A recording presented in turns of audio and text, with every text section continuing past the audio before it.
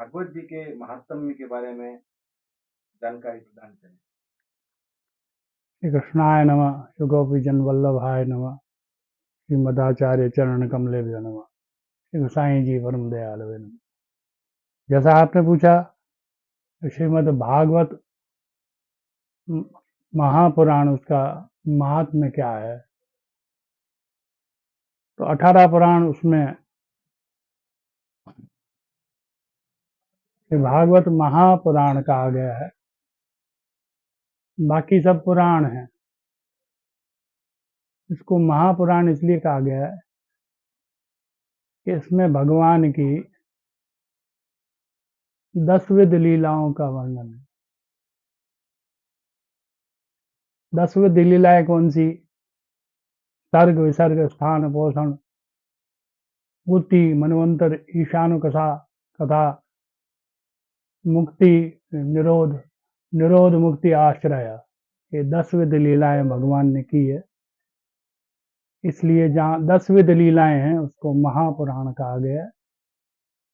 और भगवान नारायण के कला अवतार के रूप में भगवान वेद व्यास ने इसे प्रकट किया। और वेद व्यास के पुत्र सुखदेव महामुनि ने इसे सुखताल में महाराज परीक्षित को सुनाया। अब ये कहाँ से निकली? तो ये ज्ञान की सरिता कहाँ से निकली? तो ये शुरू में आदि नारायण भगवान, उन्होंने अपने पुत्र ब्रह्मा को दिया 4 श्लोकों के। तो चतुश्लोकी भागवत कहा जाता है। वो ब्रह्मा जी से ब्रह्मा के पुत्र नारद को मिली। देव ऋषि नारद ने उसे भगवान वेद व्यास को सुनाई। और वेद व्यास को क्या जरूरत थी सुनाने की?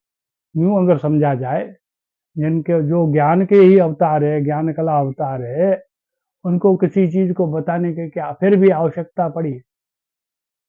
क्योंकि जब वेदों के भाग किए, वेद पहले एक ही था और 1 लाख श्लोक का वेद था। इसलिए वेद व्यास ने कली के आरंभ में विचारा कि ये जो काल आएगा कली, इसमें मनुष्यों की बुद्धि तीव्र नहीं रहेगी।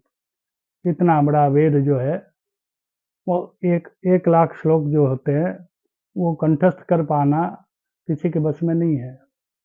इसलिए वेद व्यास ने उसके 4 भाग किए: ऋग्वेद, यजुर्वेद, सामवेद और अथर्ववेद। और अपने एक ऋषि को, शिष्य को वो पढ़ाया। इसके बाद उनको संतोष नहीं मिला, पुराणों का भी उन्होंने विस्तार किया। ये सब करने के पश्चात महाभारत नाम का एक ग्रंथ रचना की। उसमें भी 1 लाख श्लोक है। उसी महाभारत के अंतर्गत भीष्म पर्व में 25 से 42 अध्याय जो है वो श्रीमद् भगवत गीता के नाम से सभी जानते हैं।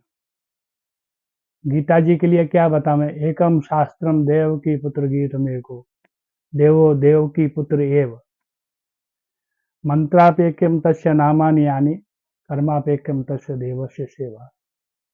सारा सार इसमें आ जाता है। और ये सब करके महर्षि वेद व्यास को जब संतोष नहीं हुआ तो खिन्न मन से उदास बैठे थे आश्रम में। व्यासाश्रम जो है वो बद्रीनाथ जी से भी ऊपर व्यास गुफा, सम्यप्रास आश्रम, अपने शिष्यों के साथ वहां महर्षि व्यास रहते थे। और अकस्मात नारद जी वहां, देवर्षि नारद पधारे और उन्होंने उदासी का कारण पूछा। तो नारद जी का पहले पूजन अर्घपाग वगैरह से किया। उसके पश्चात अपनी चिंता बताई कि चित्त में वो प्रसन्नता का अनुभव नहीं हो रहा है जो होना चाहिए। तब देवर्षि ने कहा, आपने अभी तक भगवान के जो अनंत गुण हैं उनका ही आपने प्रकाश किया है।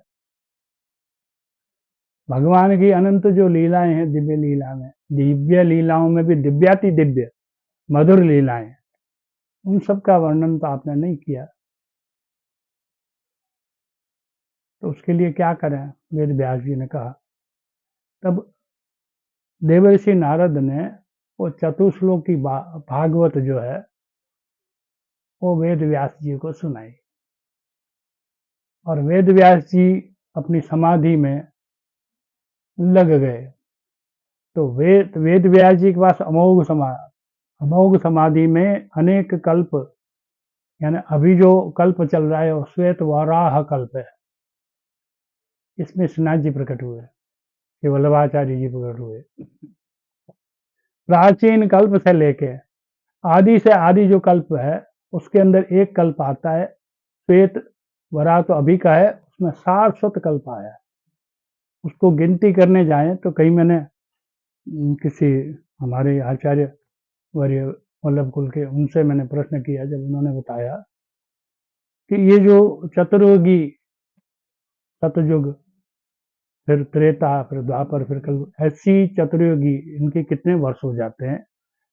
ये जब 1000 बार घूमती है चतुर्युगी, तब एक उसका एक कल्प होता है ब्रह्मा जी का। ऐसा कोई 13वां कल्प आया था, उसके अंदर ये सारस्वत कल्प है, ऐसा वो विद्वान आचार्य हमारे बड़ौदा के, उन्होंने मुझे बताया था। उसकी गिनती वर्षों में करने जाए तो बहुत बड़ा समय हो जाता, बहुत प्राचीन है। और उसी कल्प के त्रेता में भगवान श्री राम आए थे। तो ये जो अवतार है वो मूल अवतार है। कृष्ण उस समय सारस्वत कल्प में जो पधारे थे वो उनका मूल रूप था, वो नंद जी के यहाँ प्रकटे थे। तो उससे जो विस्तार सारे कल्पों का जब उन्होंने दृश्य देखा, जो वेद व्यास की शक्ति थी, उससे अनेक लीलाएं जो उनको में जो दर्शन किए उन्होंने, उस दर्शन के लिए फिर उन्होंने श्लोक बनाए। तो वो श्लोक 4 श्लोक से, ब्रह्मा जी के 4 श्लोक से 18,000 श्लोक बने, वो महापुराण बन गया। तो आज पुराणों के अंदर सर्वोपरि जो स्थिति है और जनमान्य है वो यही श्रीमद् भागवत महापुराण है। और वैष्णव का तो परम धन है। ये जो महापुराण है वैष्णव का परम धन इसलिए है कि इसमें भगवान की अनंत अनंत लीलाओं का गुण गाया गया है। उसमें भगवान के 6 के 6 गुण हैं, जिसमें सबसे पहले आता है कि भगवान यश रूप भी है, श्री रूप भी है, और उनका ऐश्वर्य भी है। ऐश्वर्य ऐसा है भगवान का, सर्ग लीला जब तृतीय स्कंद पढ़ेंगे या सुनेंगे तो मालूम पड़ेगा। ऐश्वर्य ऐसा है कि संकल्प मात्र से भगवान नारायण कोटि कोटान ब्रह्मांड की रचना एक साथ कर सकते हैं। और भगवान को ये रचना करने में किसी वस्तु की, किसी दूसरे की अपेक्षा भी नहीं रहती है। वो अपने आप में परिपूर्णतम है, पूर्ण भी नहीं है, परिपूर्णतम है। इसलिए भगवान ने जब सृष्टि की तो अपने ही भीतर जो रही सृष्टि उसको बाहर, तब ये जगत और ये जो अपने को दृश्यमान जगत है ये सब प्रकट हुआ। तो ये तो भगवान का ऐश्वर्य है। ऐश्वर्य के बाद आता है वीर्य, वीर्य के बाद होता है श्री, फिर आता है वश, यश, ज्ञान और वैराग्य। तो इन सब की चर्चा करें तो विषय लंबा हो जाएगा। 6 गुण है भगवान के, जिसके अंदर 6 के 6 गुण हो और अपने आप में परिपूर्ण गुण हो। अपन भी सृष्टि करते हैं, पर अपनी सृष्टि कितनी, 1 मकान, 2 मकान, 3 मकान, विवाह शादी से 2-4 बच्चे, अपनी इतनी सृष्टि है। भगवान की अनंत शक्तियों में अनंत सृष्टियां, कितने ब्रह्मांड है, और उन ब्रह्मांडों में अपने में से एक एक ब्रह्मा विष्णु महेश रखे हैं। वो सब कार्य करते हैं। कार्य रूप से भगवान ही ब्रह्मा बने हैं, कार्य रूप से वो ही विष्णु बने हैं और वही महेश बने हैं। तनिक भी भेद नहीं है। भेद होता है जीवों की बुद्धि में, इसलिए आपस में झगड़े करते हैं। भगवान तो एक ही है, एक भगवान दूसरा भगवान नहीं बना सकता है। एको ब्रह्म द्वितीयो नास्ति, एक ही ब्रह्म है। और जिसको ब्रह्म कहा जाता है वेदों में, निर्गुण निराकार, और जिसका कोई आकार नहीं है, जिसका कोई गुण नहीं है, और ऐसा जो निष्क्रिय है, कुछ करता भी नहीं है, उसने ही सगुण रूप से जब ये सृष्टि की, अपना रूप आकार वगैरह सब लिया, उससे लीला हुई, लीला सृष्टि हुई। तो लीला सृष्टि, लीला के लिए इसके अतिरिक्त कोई कार्य नहीं होते हैं। ऐसी सृष्टि भागवत के 10वें स्कंद के रास पंचाध्यायी में दिखती है।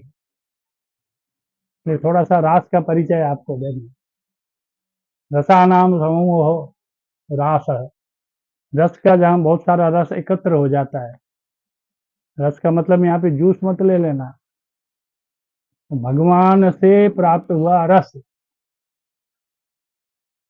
भगवान से जो अपने को रस प्राप्त होता है, जो आनंद प्राप्त होता है, वो भगवान की अनंत लीलाओं से, क्रीड़ाओं से, उनका जो यशोगान भगवदियों ने, महापुरुषों ने जो किया है, उनको सुनकर और भागवत की जो श्लोक और उनकी जो व्याख्याएं हैं, उनको पढ़कर भगवान संबंधी जो आनंद मिलता है, वो अनंत आनंद है, जिस आनंद की कभी कमी ना हो।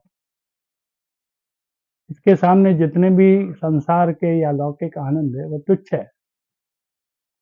परमानंद, तो परमानंद की प्राप्ति जो हुई है, भगवान ने अपनी कृपा से इन गोपिकाओं को, ब्रजांगनाओं को जो कराई है, वो रास के अंतर्गत वो चैप्टर आता है श्रीमद् भागवत के 10वें स्कंद में।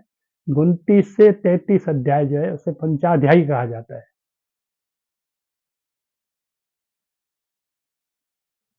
अभी अवसर हुआ तो रास पंचाध्यायी के विषय में और विस्तार पूर्वक आपको मैं निवेदन करूंगा कि रास में भगवान क्या है, भगवान का स्वरूप क्या है, और वातावरण क्या है, और ये गोपिकाएं क्या है, इनका भगवान से क्या संबंध है।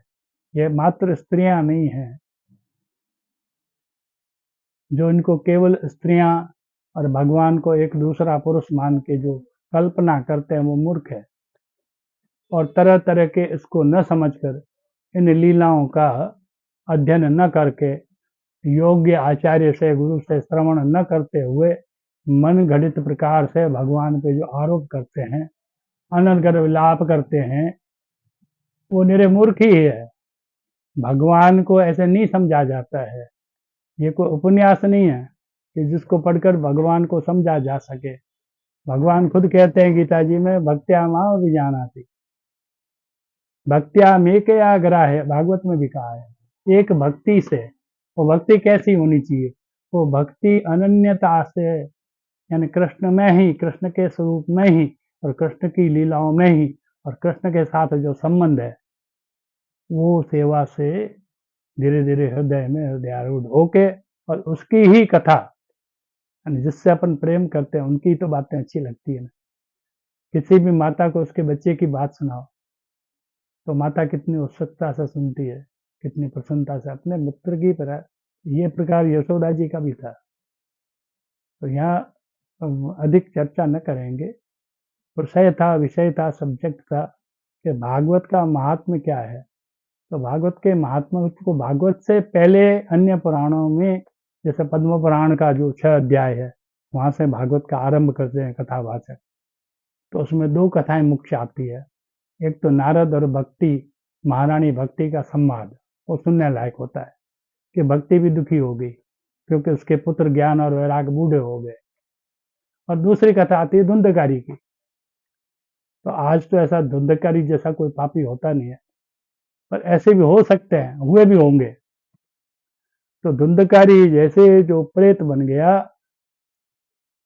उसकी मुक्ति किससे हुई, भागवत से हुई। ये महात्म्य है। और यहाँ जो महाराज परीक्षित थे, जिनको शाप लगा था कि तक्षक तुम्हें 7वें दिन आके डसेगा, उस परीक्षित की मुक्ति करने के लिए सुखदेव महामुनि पधारे, जिनको कोई आमंत्रण निमंत्रण कोई ज्ञातव्य नहीं था। वो पधारे और उन्होंने अपने कथा रस का अमृत पिला के, तब कथामृतम तप्त जीवनम कवि विरडितम कलमसावहम श्रवण मंगलम श्रीमदाततम भुवि गृणन्ति ते भूरिदा जना। ये गोपी गीत का श्लोक मैं आपको बता रहा हूँ कि भुवि गृणन्ति ते भूरिदा, जो उस कथा का वाचन करता है, जो उस कथा का श्रवण करता है, वो भूरिदा। भूरिदा शब्द बहुत ही उपयोगी है, हर किसी के लिए नहीं होता है। भूरिदा, महाभारत में भी एक प्रसंग में कर्ण को भूरिदा कहा, क्योंकि कर्ण ने सब कुछ दान कर दिया कुछ और रणभूमि में पड़ा हुआ। तब एक भगवान परीक्षा के लिए ब्राह्मण बन के आए कि कुछ दान दो। तब कर्ण ने कहा कि ब्रह्मदेव, मेरी अवस्था देख रहे हो, मैं खून से लथपथ से भूमि में पड़ा हूं, इस वक्त मेरे हाथ भी काम करने वाले नहीं है, मैं क्या दान। तो ब्राह्मण निराश हो गए। तब ठहरो ब्राह्मण, तुम मेरे पास मांगने आयो, खाली हाथ नहीं जाओगे। इतना कह के कर्ण ने अपने शरीर को आगे घसीटा। घसीटते घसीटते एक पत्थर दिखा उसको, पत्थर पे अपने सिर को जोर से मारा और सोने के दांत गिर पड़े। बोले ब्राह्मण ये ले लो। तो जिसने भी ये दृश्य देखा बोला भूरिदा, भूरिदा, भूरिदा। तो यहाँ पे भूरिदा जना कहा गया है कि जो कथा का श्रवण करता है भागवत का, वो कथा कहने वाला और सुनने वाला दोनों भूरी धन्य है। अस्तु, मेरे ख्याल से महात्म तो बहुत बड़ा है। 4 अध्याय महात्म के स्कंद पुराण से भी है। उसमें कहा गया है कि जब सुखदेव जी की जगह भगवान कृष्ण ही वो रूप लेके कथा करने आए, और इस बात का प्रमाण जब दसम स्कंद की कथा शुरू होती है तब मिलता है कि सुखदेव जी की समाधि लग गई। तो फिर कथा किसने कही?